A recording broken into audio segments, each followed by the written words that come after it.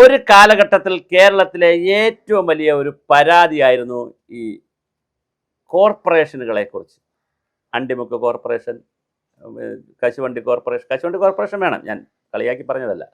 Andimukku corporation, പിന്നെ തുടങ്ങി സകല കാര്യത്തിന് കോർപ്പറേഷൻ അല്ലെങ്കിൽ ഒരു അതോറിറ്റി. തീർച്ചയായിട്ടും കോർപ്പറേഷനുകളും അതോറിറ്റികളൊക്കെ ആവശ്യമുണ്ട്.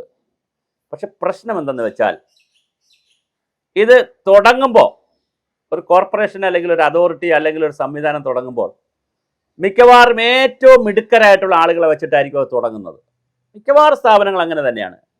ഏറ്റവും മിടുക്കരായിട്ടുള്ള ഒരാളിനോട് പറയും, അദ്ദേഹത്തെ കൊണ്ടിരുത്തും കുറച്ച് ദിവസം. ഇപ്പോൾ നിർമ്മിതി കേന്ദ്ര തുടങ്ങിയത് ഏറ്റവും മിടുക്കനായിട്ടുള്ള ആനന്ദബോസിനെ കൊണ്ടാണ്.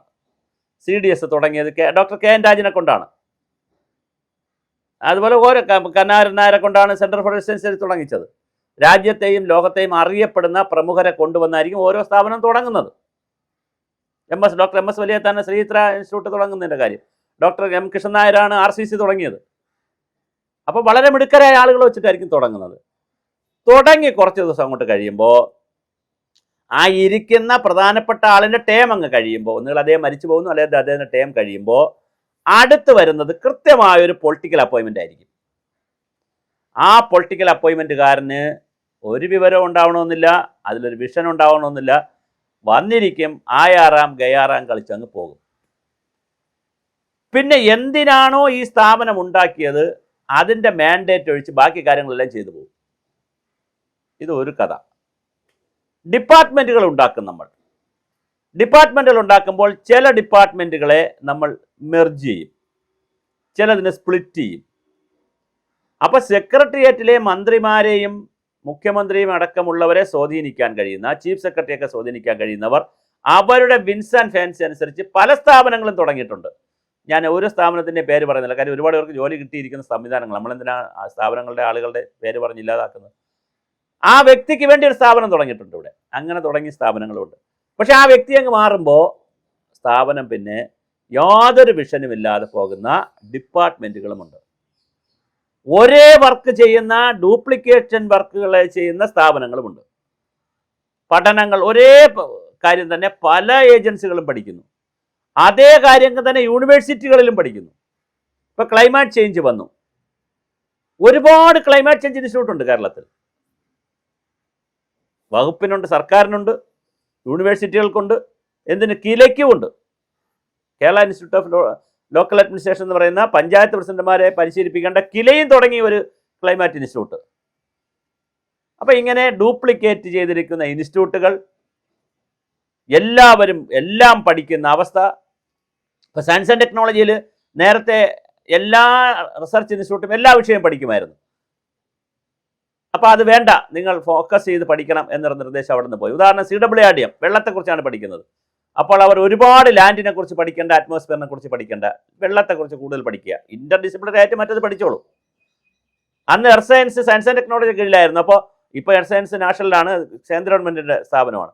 അന്ന് നാഷണലായിട്ട് ഇവിടെ നിന്നപ്പോൾ, സ്റ്റേറ്റിൽ നിന്നപ്പോൾ എർത്ത് സയൻസ് ലാൻഡും അറ്റ്മോസ്ഫിയർ മാത്രം പഠിച്ചാൽ വാട്ടറിനെ കുറിച്ച് കൂടുതൽ പഠിക്കരുത് എന്ന് പറഞ്ഞു. പഠിക്കാം, പക്ഷെ കൂടുതൽ അതിലേക്ക് പ്രോജക്റ്റ് എടുക്കരുത് അങ്ങനെ പറഞ്ഞിരുന്നു.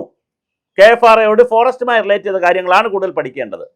TBGRAയിൽ അത്തരം കാര്യം അങ്ങനെ പറഞ്ഞിരുന്നു.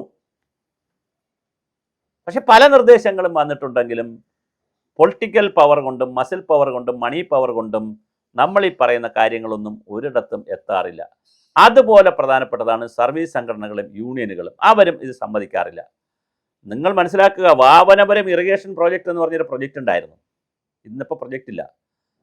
വാമനപുരം ഇറിഗേഷൻ പ്രൊജക്റ്റിൻ്റെ ഒരു പ്രൊജക്റ്റ് ഓഫീസ് നെടുമങ്ങാട് ഭാഗത്ത് മറ്റോ തുടങ്ങി. എത്ര വർഷമാണ് പ്രോജക്റ്റിൻ്റെ ഒരു കടലാസ് പോലും നീക്കാതെ അവിടെ സ്റ്റാഫ് ഉണ്ടായിരുന്നത്? വാമന ഇറിഗേഷൻ പ്രൊജക്റ്റ് ഓഫീസിൽ ഒരുപാട് സ്റ്റാഫ് ഉണ്ടായിരുന്നു, കുറച്ച് സ്റ്റാഫ് ഉണ്ടായിരുന്നു. ഒരു പേപ്പർ വർക്ക് പോലും നീങ്ങത്തില്ല, ഒരു രൂപ പോലും അതിന് അലോട്ട് ചെയ്തിട്ടില്ലായിരുന്നു. ബഡ്ജറ്റിൽ 5 പൈസ വെക്കാതെ എത്ര വർഷമാണ് പ്രവർത്തിച്ചത്? ഇങ്ങനെ കുറേ സംവിധാനങ്ങളുണ്ട്, ഓരോ വകുപ്പിലുമുണ്ട്. രഹസ്യമായി ഇരിക്കുന്ന ആളുകളുണ്ട്, ആരോടും മിണ്ടത്തില്ല. അവർ പബ്ലിക്കിൽ വരില്ല, ലേഖനം എഴുതില്ല, പുസ്തകം എഴുതില്ല, ക്ലാസ് നടത്തില്ല, സെമിനാർ നടത്തില്ല, രഹസ്യമായിട്ടങ്ങ് പോവും, ഒരു ശല്യമില്ല. ഈ സ്ഥാപനങ്ങളെല്ലാം കൂടി നോക്കുമ്പോൾ ഒരു 591 എണ്ണം ഉണ്ട് എന്നാണ് സർക്കാർ ഇപ്പോൾ ഒരു കണക്കെടുത്ത് വച്ചിരിക്കുന്നത്. ഈ കണക്കെടുക്കുന്നതിൽ ഡോക്ടർ ബി അശോകിനും ഒരു പങ്കുണ്ട്. കാരണം അദ്ദേഹത്തെ ഇപ്പോൾ ജനറൽ അഡ്മിനിസ്ട്രേഷൻ ഡിപ്പാർട്ട്മെൻറ്റിൻ്റെ ഇത്തരം കാര്യങ്ങളുടെ പ്ലാൻ കാര്യങ്ങളും മറ്റു കാര്യങ്ങളും നോക്കുന്നതിൻ്റെ ചുമതല കൂടി കൊടുത്തിട്ടുണ്ട്. അദ്ദേഹത്തിന് ജനറൽ എഡ്യൂക്കേഷന് പുറമെ ഈ ചുമതല കൂടിയുണ്ട്, പ്ലാൻ കാര്യങ്ങളെ കോർഡിനേറ്റ് ചെയ്യുന്നത്. അപ്പോൾ സ്വാഭാവികമായിട്ട് ഈ ഡിപ്പാർട്ട്മെൻറ്റുകളുടെയും സ്ഥാപനങ്ങളുടെയും വർക്കിനെയും റീഡിസൈൻ ചെയ്യുന്നതിൻ്റെയും റീവിസിറ്റ് ചെയ്യുന്നതിൻ്റെ ഒരു ആശയം ഡോക്ടർ ബി അശോകിൽ നിന്നും ഉണ്ടാകാനും സാധ്യതയുണ്ട്. കാരണം അദ്ദേഹത്തിനും അങ്ങനെ ഒരു മാൻഡേറ്റ് കൊടുത്തിരിക്കുകയാണ് ഗവൺമെൻറ്. 19,000 കോടി രൂപയാണ് ഇത്തരം സ്ഥാപനങ്ങൾ 591 സ്ഥാപനങ്ങളിലേക്ക് പറ്റുള്ള ശമ്പള ഇനത്തിൽ പോകുന്നത്. അതിൽ കരാർ ഉദ്യോഗസ്ഥരുണ്ട്, ഡെപ്യൂട്ടേഷൻകാരുണ്ട്.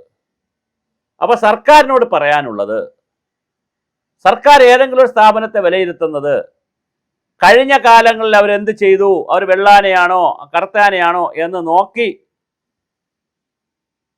അവരെ കളയാതെ അവരുടെ സംവിധാനം ആവശ്യമുണ്ടോ, ഈ കാലഘട്ടത്തിന് ആവശ്യമുണ്ടോ. ഈ വെള്ളാന എന്ന് പറയാൻ കാരണം രാജാക്കന്മാരുടെ കാലത്ത് വെളുത്ത ആനയെ ആഡംബരത്തിൻ്റെ ഭാഗമായി കൊണ്ട് രാജകൊട്ടാരത്തിൻ്റെ ഫ്രണ്ടിൽ കെട്ടിയിരിക്കും. അപ്പം ജനങ്ങൾ നോക്കുമ്പോൾ വളരെ പ്രൗഢി ആഡംബരമുള്ള ഒരു രാജാവാണെന്ന് അറിയാൻ വേണ്ടി കെട്ടുന്നത്. അതാണ് വെള്ളാന എന്ന കൺസെപ്റ്റ് വന്നത്. യഥാർത്ഥ കറുത്ത ആനയാണല്ലോ ആനകൾ. അപ്പോൾ ഒരു സ്ഥാപനത്തെ കഴിഞ്ഞ 50 വർഷം അവരെന്ത് ചെയ്തു, അല്ലെങ്കിൽ 25 വർഷം എന്ത് ചെയ്തു, അല്ലെങ്കിൽ 15 വർഷം എന്ത് ചെയ്തു, നിങ്ങളൊന്നും ചെയ്തില്ല വെള്ളാന, അങ്ങനെ എഴുതി കളയാതെ ക്ലൈമാറ്റ് ചേഞ്ചിൻ്റെയും ഡിസാസ്റ്റർ മാനേജ്മെൻറ്റിൻ്റെയും ആർട്ടിഫിഷ്യൽ ഇൻ്റലിജൻസിൻ്റെയും സൈബർ യുഗത്തിൻ്റെയും പുതിയ കാലഘട്ടത്തിൽ ചെറുപ്പക്കാർക്ക് ഒരുപാട് തൊഴിൽ കൊടുക്കുന്നതിനും പരിസ്ഥിതി സൗഹൃദമായ ഒരു കേരളം കെട്ടിപ്പടുക്കുന്നതിനും ആനന്ദകരമായ ഹാപ്പിനെസ് ഉള്ള ഒരു കേരളം കെട്ടിപ്പടുക്കുന്നതിനും ഈ സ്ഥാപനങ്ങൾ ആവശ്യമുണ്ടോ. ഇതാണ് എടുക്കേണ്ട ഒരു മാൻഡേറ്റ്, എടുക്കേണ്ട ഒരു തമ്പ് റൂൾ അതാണ്. എങ്കിൽ അങ്ങനെ ആവശ്യമുണ്ടെങ്കിൽ ഈ സ്ഥാപനങ്ങൾ എങ്ങനെ മാറണം. ഞാനൊരു ക്ലാസിക്കൽ ഉദാഹരണം പറഞ്ഞാൽ നിങ്ങൾക്ക് മനസ്സിലാവും.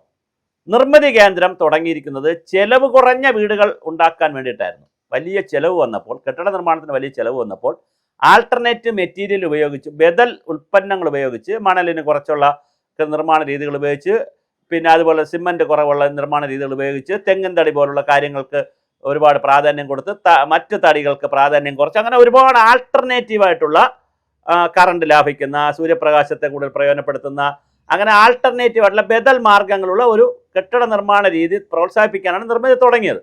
നിർഭാഗ്യവശാൽ അതിനകത്ത് അങ്ങനെ ഒരു ഗവേഷണം നടക്കുന്നില്ല. ബാക്കിയെല്ലാം കറക്റ്റാണ്. അപ്പോൾ അതിനൊരു ഗവേഷണ സ്ഥാപനമാക്കി മാറ്റി അതിനെ എങ്ങനെ അതിൻ്റെ ഡയമെൻഷൻ മാറ്റിക്കൊണ്ടുവരാൻ പറ്റും.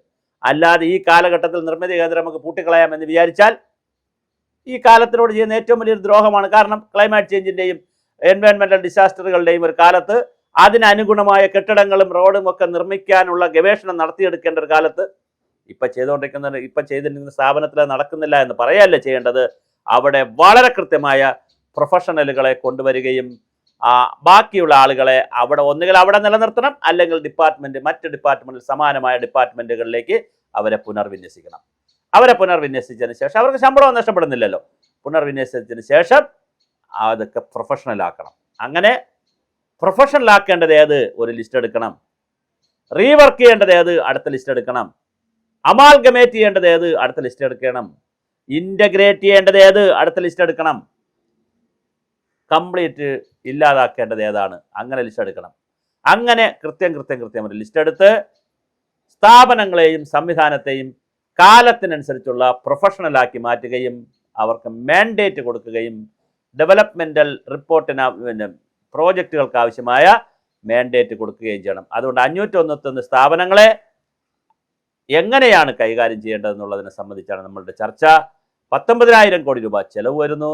ആ ചെലവ് എങ്ങനെ നമുക്ക് കോമ്പൻസേറ്റ് ചെയ്തുകൊണ്ട് ഈ 19,000 കോടിയിൽ 20,000 കോടി ചെലവായാലും സ്റ്റേറ്റിൻ്റെ പ്രധാനപ്പെട്ട ഇഷ്യൂസ് അഡ്രസ്സ് ചെയ്യാനുള്ള ഇൻപുട്ടും ഔട്ട്പുട്ടും ഒക്കെ അവിടെ നിന്ന് അവർക്ക് കൊടുക്കുകയും ഔട്ട്പുട്ടായി അവിടെ നിന്ന് പുറത്ത് സമൂഹത്തിന് കിട്ടുകയും ചെയ്യുക എന്നുള്ളത് കൂടി വിലയിരുത്തുന്ന ഒരു ഇവാലുവേഷനിലൂടെ ആയിരിക്കണം ഇതൊക്കെ ചെയ്യേണ്ടത്. അതിന് പ്ലാനിംഗ് ബോർഡിന് ഇതിനകത്ത് വലിയ റോൾ എടുക്കാൻ പറ്റും. അവർ ടാസ്ക് ഫോഴ്സുകളൊക്കെ ഉണ്ടാക്കി അവർക്ക് വലിയ റോൾ ഇതിനകത്ത് എടുക്കാൻ പറ്റും. അതൊക്കെ നടക്കുമെന്ന് നമുക്ക് പ്രതീക്ഷിക്കാം. എന്തായാലും ഈ വെള്ളാനകളെ നമുക്ക് കറുത്ത ആനകളാക്കി മാറ്റേണ്ടതിനെ കറുത്ത ആനകളാക്കി മാറ്റുകയും കൊല്ലേണ്ട ആനകളെ കൊല്ലുകയും ചെയ്യുക എന്നുള്ളതാണ്. അല്ലാതെ എല്ലാ വെള്ളാനകളെയും വെള്ളാനകളാണെന്ന് പറഞ്ഞ് എഴുതിക്കളയുകയല്ല, കറുത്ത ആനകളാക്കി മാറ്റേണ്ടതിനെ കൃത്യമായി കറുത്ത ആനകളാക്കി മാറ്റുന്ന ഒരു പ്രോസസ്സ് കൂടി നടക്കുമെന്നാണ് നമുക്ക് പ്രതീക്ഷിക്കാവുന്നത്.